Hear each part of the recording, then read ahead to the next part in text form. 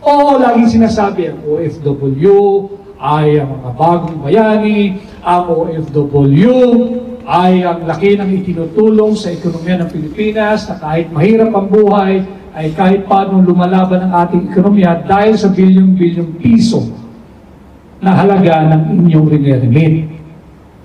Kaya naman ang hakbang ng Maisog Philippines ay nagdesisyon na makipag-ugnayan sa napakaraming Pilipinong tunay na nagmamahal sa bansa at sa kanilang kapwa Pilipino kagaya ninyo, upang nang sa ganon maihatid din namin ano ba ang tunay na nagaganap sa ating bansa. Dahil sinisikil din ang aming kalayaan doon na malayang makapagpahayag at payapang magtipon-tipon upang tawagan ng pansin ang mga pagmamalabis na naglilingkod sa pamahalaan, pati yung pagmamalabis ng kasalukuyang pamahalaan.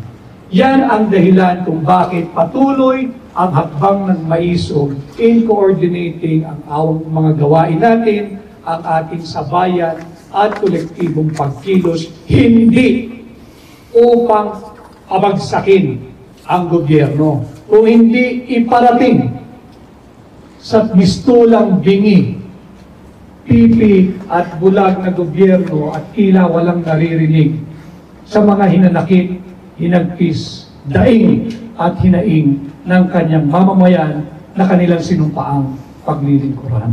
Yan ho ang dahilan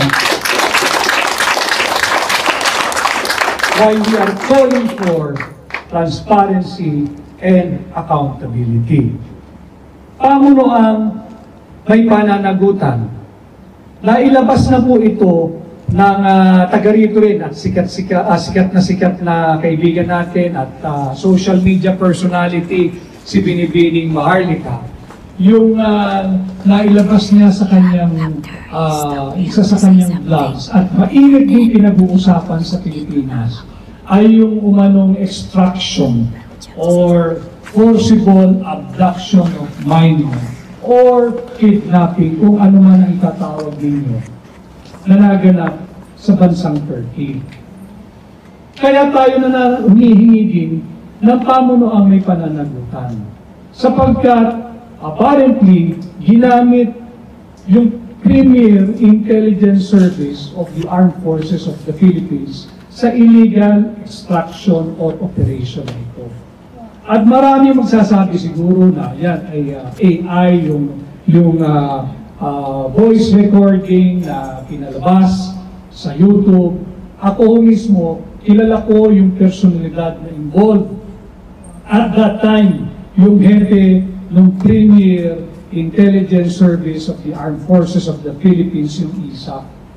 Very professional organization, pero nagagamit sa ganitong uri ng pribadong problema na pagkasinuri mo, ang pinagmulan ay away mag-partner o away mag-asawa. Ang masaklap dito, kaya natin sinasabi, protect and defend the Constitution, uphold the Constitution, dahil malinaw din na nakasaad sa ating saligang batas na ang Commander-in-Chief ng Armed Forces of the Philippines ay ang Pangulong ng Republika ng Pilipinas. Yung may mandato, yung binoto ng tao, hindi kung sino-sino. But for this particular illegal operation, hindi nagmula ang utos mula sa Commander-in-Chief. Ito ay malinaw na naman na paglabag at paglapastangan sa ating saligang batas. At hindi sasabihin nila ebidensya, sasabihin nila chismis, sasabihin nila yung paborito nilang term, marites yan, walang katotohanan. Dahil yan ho ang pinakamadaling response kapag ikay naiipit na. But I know this for a fact because ang hepe noon ng ISAF ay kilala kong personal, si General Kit Chofilo. At napag-usapan namin ang bagay na ito at sinabi niya mismo, he affirmed that indeed this event happened. This event took place. Kaya nga sinisigaw natin, sobra-sobra na yung paglapastangan sa ating saligang batas. Bakit kung sino-sino lang ang pwedeng mag-utos sa ating sandatahang lakas?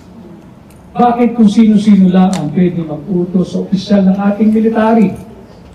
These are all professional men and women of the Armed Forces of the Philippines. Ito yung mga nagbubuwis ng buhay.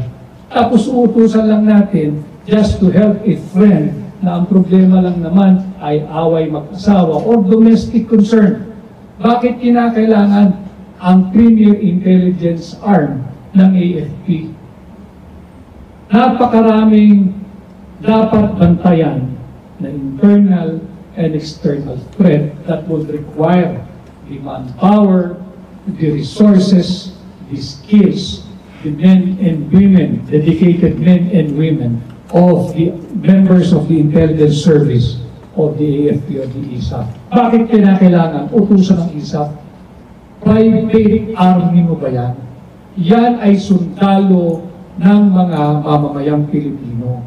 Yan ay kawal ng Pilipinas. At ang pamunahin nilang trabaho ay to protect the Filipino people and to defend the state, not to render assistance sa isang pribadong tao na ang pinagmumulan lamang ng problema ay away mag-partner, away mag-asawa, o away mag-sweetheart. Yan ho, kaya tayo sumisigaw ng lideratong may pananagutan or accountability.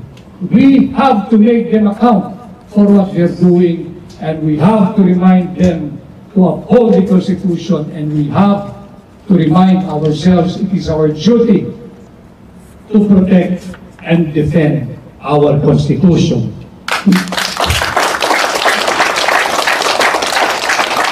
Ganon din yung ating mga miyembro ng kasandalahan, ang ating mga kapulisan.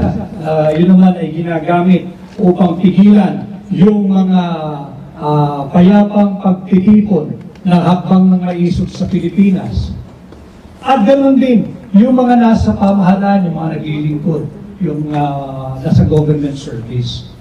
Kailangan ipaalala natin at nang hindi nila malimutan na ang kanilang sinumpaang tungkulin ay paglingkuran ang Pilipino, hindi ang interes ng kung sino ang nasa pwesto o kung sino lang ang nasa trono.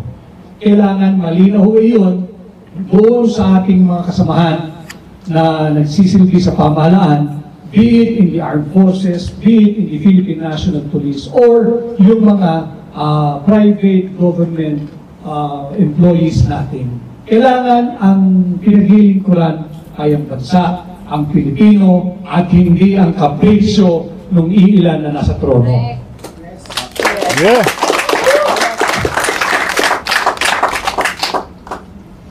And again, together we say, we have to protect and defend our Constitution. Ang pagiging hakbang ng maisog, ang paghakbang ng maisog ay hindi madali. Ito ay hindi simpleng kilusan. Ito po ay nagbubuwis tayo dito ng buhay sapagkat yung mga issues na ating hinaharap at yung mga tangka lamang na pagpigil sa ating pagpapahayag ng ating saloobin, these are covered by and in fact guaranteed under our Constitution.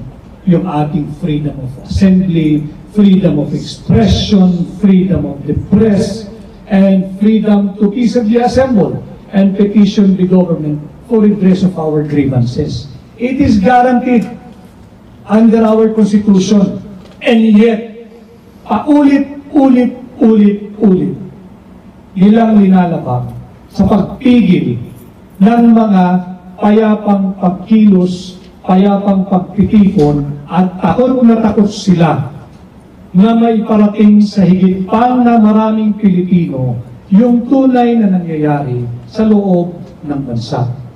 At diyan naman papasok ang kahalagahan at importansya ng ating mga kasamahan na kagaya ninyo, na kagaya ng sinabi ko kanina, na nangyarihan na o naninirahan na sa ibang bansa, yung ating mga OFWs, ay kinakailangan namin ang tulong ninyo.